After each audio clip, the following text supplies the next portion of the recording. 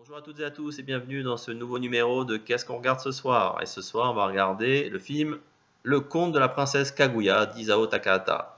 Donc l'un des derniers films du studio Ghibli avant sa fermeture, très certainement le dernier du maître Takahata. Et malheureusement, encore une fois, un film qui, je pense, passe un peu à côté de son sujet. C'est une très bonne adaptation du conte originel. Je me suis un peu renseigné après l'avoir vu, justement, parce que je me posais la question. Il a bien respecté l'histoire générale. Mais voilà, il a encore eu un parti pris, comme à l'époque mes voisins les Yamada, de faire un dessin un peu entre le fusain et le crayonné qui est très joli visuellement. Mais après, voilà, disons que c'est vrai que c'était un peu la critique qui a été fait beaucoup à l'époque sur Ghibli, de dire que les films de Miyazaki étaient un peu plus internationaux, ou du moins proposaient des thèmes qui pouvaient parler à tout le monde, alors que Takahata, lui, était très axé sur l'univers japonais, la culture japonaise. Donc c'est sûr que c'est bien, mais après, c'est vrai que malheureusement, ça parle pas autant, et c'est vrai que je pense que pour une personne qui ne s'intéresse pas forcément à la culture japonaise, ce film va lui paraître très bizarre. Il y a même moi qui pourtant, depuis que je suis tout petit, a toujours lu des mangas, connaît toutes les légendes fondatrices du Japon. C'est vrai que bon, la légende de la princesse Kaguya, je la connaissais plus ou moins.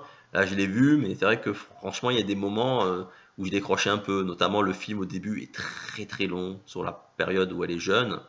Mais c'est vrai que ça apporte son importance pour la suite, parce qu'elle montrait au début quand elle vit à la campagne et comme elle est heureuse, alors que comparativement à quand elle arrive dans la ville et qu'elle devient la princesse Kaguya, là tout de suite elle est engoncée dans tous les règles relatives à la noblesse.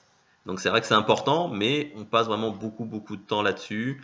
Et même la fin va très très vite. Sur la fin aussi, les révélations de son origine se font très vite, la chute est vraiment rapidement, limite que au final, en plus, comment ça se termine, ça aurait pu être plus touchant. J'avoue qu'il s'est un peu loupé. Voilà. C'est vrai que pour moi, son meilleur film, ça restera Le Tombeau des Lucioles.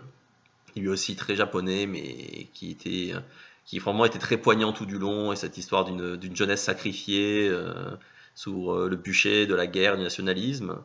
Même son film par exemple Pompoko était assez très spécial, mais il était vraiment très sympathique à regarder. Alors que Princesse Kaguya, franchement, ça dure 2 heures et franchement, ça aurait pu se passer d'une bonne demi-heure, ça aurait été plus fluide et peut-être plus sympathique à regarder. Voilà. Donc le regarder, oui et non. On vous dit que pour votre culture japonaise, si vous voulez découvrir ce conte fondateur, ça peut valoir le coup de le regarder. Donc si vous êtes fan de culture japonaise, je lui mettrai 6,5. Maintenant, si vous vous intéressez pas plus que ça, ou si vous êtes un fan des films de Ghibli, notamment de Hayao Miyazaki, pardon, euh, franchement, je lui mettrai 4.